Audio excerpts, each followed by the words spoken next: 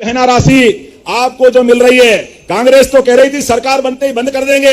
ये 1.5 साल हो गया हमारी सरकार को, हमने 1000 को बढ़ा करके 1250 कर दिया। जोरदार अभिनंदन करो। आपकी राशि बंद नहीं होगी, बहनों की भी राशि लगातार मिलती रहेगी और बढ़ती जाएगी धीरे धीरे। ये 5 साल के लिए सरकार मिली है, हमारे द्वारा किसी क्षेत्र में भी किसानों को भी सम्मान निधि मिल रही है। आपको भी कभी तकलीफ नहीं आएगी। जोरदार अभिनंदन करो किसानों की किसान सम्मान निधि के लिए। अब हमने तो और निर्णय किए। निर्णय तो ये आपने कहा, हमने प्रदेश भर में उद्योग धंधे काम युवाओं के लिए, महिलाओं के लिए, गरीबों के लिए, किसानों के लिए सभी प्रकार के उद्योग धंधे लगा रहे हैं। हमारे मेहनतकश किसान अपनी फसल का उत्पादन करते हैं।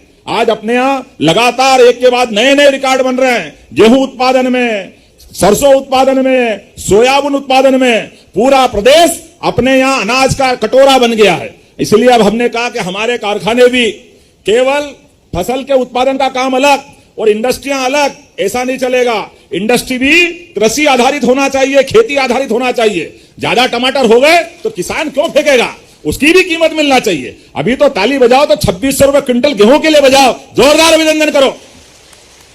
पूरे देश के अंदर 2600 रुपए क्विंटल में गेहूं कहीं मिला क्या? आपको ही मिला कि नहीं मिला? आसपास के राज्य वालों को मत बोलना हमारी पार्टी की सरकार गड़बड़ हो जाएगी। इसलिए हम तो केवल अपने राज्य की बात करते हैं। यशस्वी प्रधानमंत्री के लिए जोरदार अभिनंदन करो, माननीय नरेंद्र मोदी जी के लिए। उनके नेतृत्व में हमारी सरकार किसान, महिला, गरीब, युवा सबकी बेहतरी के लिए काम कर रही। तो आज मैं आपके बीच घोषणा कर रहा हूं, तहसील लहार के ग्राम चंदावली और रोहिणी सिंहपुरा के मौजा के 100 बीघा में नया औद्योगिक केंद्र बनाया जाएगा, जहां सभी प्रकार के कारखाने लगेंगे।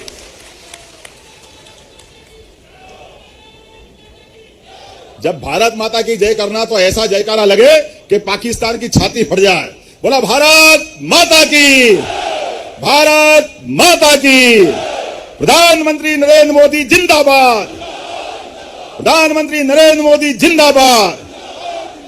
हमारे बीच यशस्वी प्रधानमंत्री का अभी हमने बीकानेर में कल जो उनका उद्घोष सुना, और हमने उनके उद्घोष से पहले जब से उनकी सरकार बनी है वो समय चला गया जब हमारे बहादुर बाके जवानों के सिर काट करके दुश्मन अपने सीमा में ले जाते थे, दुश्मन देश, और वो कटे हुए सिर से फुटबॉल की तरह मुंडी पे लात मारते थे।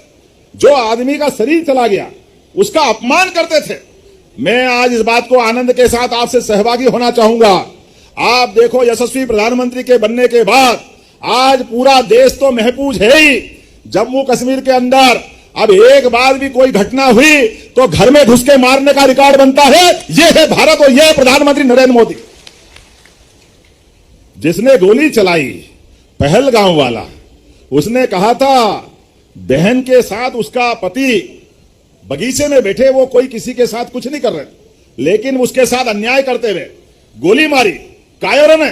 अरे दम होता हमारी सेना के जवान के सामने खड़े होकर बता देते, छठी का दूध याद दिला देते। हमारी संस्कृति तो इतनी गौरवशाली संस्कृति है कि कभी किसी के हाथ में तलवार है और सामने वाला निहत्था है तो हमारी संस्कृति तो उसके हाथ में हथियार दे करके अपनी बाजुओं की ताकत बता करके युद्ध में जीतने की हिम्मत रखती है। ये नापाक लोग, ये कायर लोग निरपराध निहत्थे लोगों पर गोली चला करके बड़ी बहादुरी की डीग हाँक रहे थे। एक के बाद एक 22 मिनट का इनका हमला था और 25 मिनट में जाकर के नेस्तनाबूद कर दिया घर में घुस करके। यह है नरेंद्र मोदी जी की सेना और हमारे देश का पराक्रम। मैं बोलने के लिए बहुत सारी बात बोल सकता हूं, लेकिन आज समय की भी सीमा है और मुझे भी जाना, हेलीकॉप्टर उड़ेगा नहीं। लेकिन अभी आपने कहा कि ग्राम मछंडी है ना, कभी बोलने में गलती आया तो बता देना। यह पंचायत का गांव है बड़ा, लेकिन इस गांव के लिए आपने कहा नगर परिषद बनाया जाए। मैं नगर परिषद बनाने की घोषणा करता हूं। आपने कहा एक और गांव ग्राम पंचायत असवार, इसको भी नगर परिषद बनाना है। मैं इसको भी नगर परिषद बनाने की घोषणा करता हूं। जब जलगंगा अभियान चल रहा है और 5 तारीख को गंगा दशहरा है और हमारी तो सरकार जल के ऊपर बहुत काम कर रही है। कांग्रेस की सरकार में पार्वती, काली सिंध, चंबल पानी के बंटवारे को लेकर 25 साल से हाईकोर्ट, सुप्रीम कोर्ट मुकदमेबाजी हो रही थी। किनके साथ? बगल के राजस्थान के साथ। अरे राजस्थान भी तो हमारा ही है, कई लोगों के तो रिश्तेदारी है अपने उत्तर प्रदेश राजस्थान के लोगों के साथ। लेकिन क्या मालूम कांग्रेस वालों को क्या हो जाता है, वो ना तो करे ना करने दे, आपस का बंटवारा नहीं कर रहा है। हमारी सरकार ने तय किया कि जल के बंटवारे में कोई तकलीफ नहीं होना चाहिए। अरे गोपाल कृष्ण ने क्या सिखाया था? कालिया नाग से लड़ाई क्या थी? यही तो लड़ाई थी।